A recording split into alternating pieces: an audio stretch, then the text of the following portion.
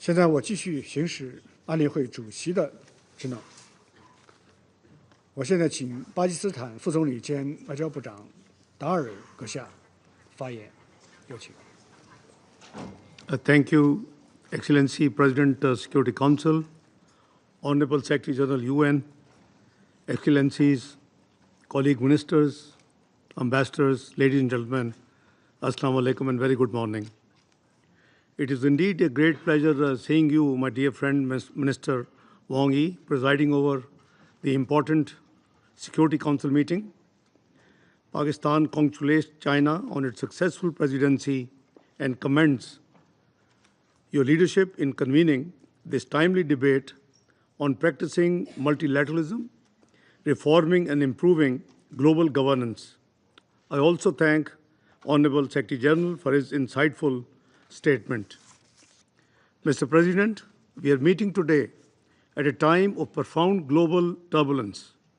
The world faces a multitude of interconnected crises, threatening international peace and stability, economic stability and sustainable development, including wars in the Middle East, Africa, and Europe.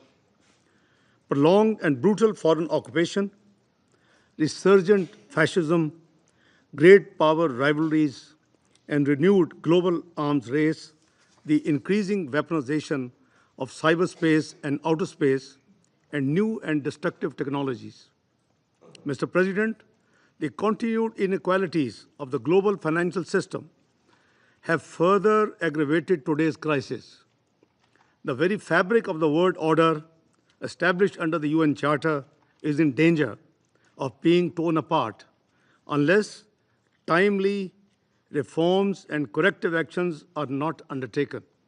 Mr. President, under the visionary leadership of President Xi Jinping, China is working actively to address the multi-pronged mixed crisis the world faces today. We, the United Nations member states, are all in the same boat.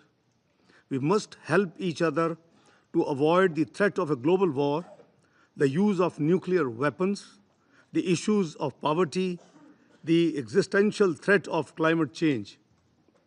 In the Pact for the Future, adopted last year, our leaders have reaffirmed their collective determination to respond to these challenges. We must translate these commitments into actions. It is clear that these complex and interlinked challenges can only be addressed through a renewed recourse to the multilateralism based on the universal and consistent adherence to the fundamental principles of the UN Charter, self-determination of peoples, non-use of threat force, non-acquisition of territory but the use of force, respect for the sovereignty and territorial integrity of all states, non-interference in their internal affairs, and pacific settlement of disputes. Mr. President, nowhere is our failure to uphold the Charter and its principles more evident than in the ongoing tragedy in Palestine, in the vicious military aggression in Gaza, the mass killings of civilians, mostly women and children, in the systematic violations of fundamental human rights, international law, and international humanitarian law.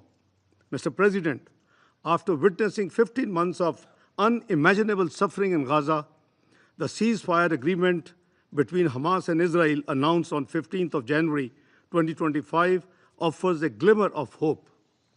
Pakistan welcomes this agreement and commends the mediation efforts of Egypt, Qatar, and the United States.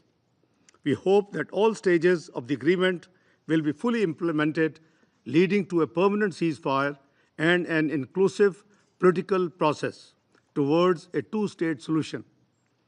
This remains the only viable framework for durable peace between Israel and the Palestinians and the Arab and the Muslim world. We call for urgent and adequate humanitarian assistance to the people of Gaza. The role of UNRWA is critical in this context. We also look forward to the earliest reconstruction of Gaza. We oppose any displacement of the Palestinian people from their homeland. Mr. President, the Jammu and Kashmir dispute is another open wound and an ever-present threat to international peace and security. For almost 8 decades, the same life of the UN, the people of Jammu and Kashmir have confronted brutal foreign occupation and been denied their right to self-determination as prescribed by multiple UN Security Council resolutions. The Security Council has an enduring responsibility to ensure the implementation of its own resolutions. Pakistan will continue to work for a peaceful resolution of the Jammu and Kashmir dispute in accordance with the UN Charter and relevant Security Council resolutions. Mr. President, a peaceful and stable Afghanistan is essential for regional and global security. Pakistan continues to face cross-border terrorist attacks, especially by the Tehreek-e-Taliban Pakistan from Afghan soil. Pakistan remains determined to take all necessary measures to counter these threats. The IAG must take decisive action to prevent terrorism within and from Afghanistan.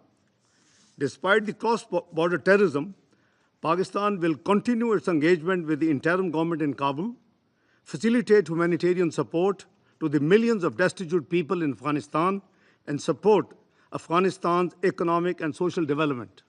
Mr. President, terrorism remains a global threat. Pakistan has been at the forefront of the fight against terrorism, sacrificing thousands of lives to dismantle terrorist networks and prevent the spread of extremism. All terrorist groups, be it Daesh, Al-Qaeda, TTP, ETM, IMU, and emerging right-wing extremist group, must be opposed with equal determination. Double standards must be rejected. Nor should counterterrorism provide a pretext to surpass the legitimate struggles of peoples for self-determination. Mr. President, the United Nations and its family of organizations provide the indispensable platforms to respond to the world's multidimensional challenges. So far, the United Nations has not been enabled to achieve its full potential. The structures of the UN should be strengthened, not dismantled. This can be achieved through mutual respect and comprehensive cooperation. Mr. President, to address the challenges of the 21st century, we must reaffirm our commitment to multilateralism and undertake comprehensive reforms of the global governance architecture, refine and reinforce multilateralism to deliver optimum outcomes. No country should presume to have greater stature or influence on others. Respect for justice and equity is an essential precondition for peace and harmony among nations. To this end, Pakistan proposes the following. First, the Pact for the Future promises stronger international action for peace and security. Member states must fulfill their obligations under Article 25 of the Charter by implementing the Security Council's decisions. We must adopt a policy of zero tolerance for violations of the UN Charter. The Security Council should promote peaceful settlement of disputes, resolve and not merely manage conflicts. The Council should adopt a global confidence-building measures to prevent conflicts, ease tensions, and foster cooperation. Second, the UN Security Council must become more democratic, representative, and accountable. The small and medium states, which form the vast majority of the UN members, must be fully and adequately represented on the Security Council. Adding new permanent members would violate the principle of sovereignty and sovereign equality, make the Council even less representative, and exacerbate the prospects of paralysis in the Security Council.